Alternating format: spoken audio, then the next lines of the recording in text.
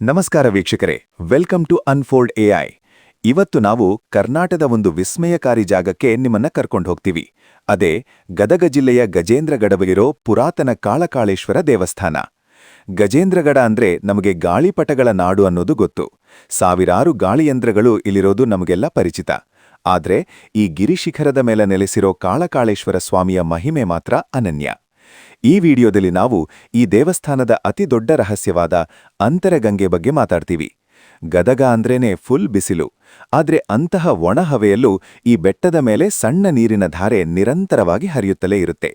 ಇದು ಎಲ್ಲಿಂದ ಬರುತ್ತೆ, ಇದರ ಮೂಲ ಯಾವುದು, ಇದರ ಬಗ್ಗೆ ಯಾವ ಭೂಗರ್ಭಶಾಸ್ತ್ರಜ್ಞರಿಗೂ ಸರಿಯಾದ ಮಾಹಿತಿ ಇಲ್ಲ. ಪುರಾಣಗಳ ಪ್ರಕಾರ ಭಕ್ತರ ದಾಹ ತೀರಿಸಲು ಗಂಗೆ ಇಲ್ಲಿ ಸದಾಕಾಲ ನೆಲೆಸಿದ್ದಾಳೆ ಅನ್ನೋ ನಂಬಿಕೆ ಇದೆ. ಇಲ್ಲಿಗೆ ಹೋದವರು ಮೊದಲು ಆ ಅಂತರಗಂಗೆಯಲ್ಲಿ ಕೈಕಾಲು ತೊಳೆದುಕೊಂಡು ಆ ತಣ್ಣನೆಯ ಸ್ಪರ್ಶ ಅನುಭವಿಸಿದ ಮೇಲೆಯೇ ದೇವಸ್ಥಾನದ ಒಳಗೆ ಹೋಗೋದು.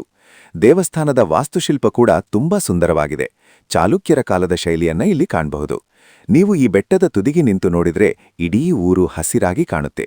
ಅದರ ಜೊತೆಗೆ ಸುತ್ತಲೂ ಹರಡಿರೋ ವಿಂಡ್ ಮಿಲ್ಸ್ ಒಂದು ಅದ್ಭುತ ಲೋಕಕ್ಕೆ ನಮ್ಮನ್ನ ಕರ್ಕೊಂಡು ಹೋದಂತಾಗುತ್ತೆ. ಇಲ್ಲಿನ ವಾತಾವರಣ ಎಷ್ಟು ಪೀಸ್ಫುಲ್ ಆಗಿರುತ್ತೆ ಅಂದ್ರೆ ಬಂದವರು ವಾಪಸ್ ಹೋಗಕ್ಕೆ ಮನಸ್ಸು ಮಾಡೋದಿಲ್ಲ. ಕಾಳಕಾಳೇಶ್ವರನ ದರ್ಶನ ಪಡೆದ್ರೆ ಮನಸ್ಸಿಗೆ ಒಂಥರ ನೆಮ್ಮದಿ ಸಿಗುತ್ತೆ. ನೀವು ಉತ್ತರ ಕರ್ನಾಟಕದ ಕಡೆ ಟ್ರಿಪ್ ಪ್ಲಾನ್ ಮಾಡ್ತಿದ್ರೆ ಈ ಜಾಗವನ್ನ ಲಿಸ್ಟ್ನಲ್ಲಿಟ್ಕೊಳ್ಳಿ. ಇಂತಹ ಮತ್ತಷ್ಟು ಇಂಟ್ರೆಸ್ಟಿಂಗ್ ವಿಡಿಯೋಗಳಿಗಾಗಿ ಅನ್ಫೋಲ್ಡ್ ಎಐ ಚಾನೆಲ್ ಸಬ್ಸ್ಕ್ರೈಬ್ ಮಾಡಿ.